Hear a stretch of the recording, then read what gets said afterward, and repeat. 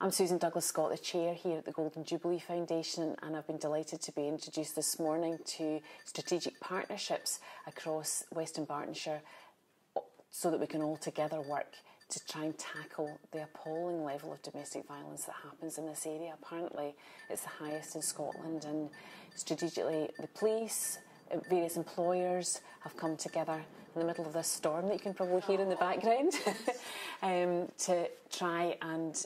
tackle domestic violence and offer leadership, because that is the kind of thing that will permeate through organisations. And for the Golden Jubilee Foundation, it's really important that we address this also, because we see so many patients every year coming through our doors, some of whom are bound to be experiencing domestic abuse. So it's important for staff to be able to recognise the symptoms, the physical symptoms, the psychological symptoms, the emotional symptoms that people experiencing this terrible blight in our society will be suffering at that time. But we also employ 1,800 staff, so it's really important that we recognise that some of our staff may be experiencing domestic abuse, and again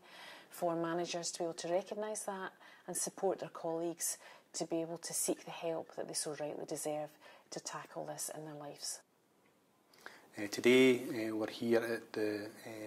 Jubilee Hospital using the conference facilities to engage with private sector companies, large private sector companies, with regard to the theme of domestic abuse.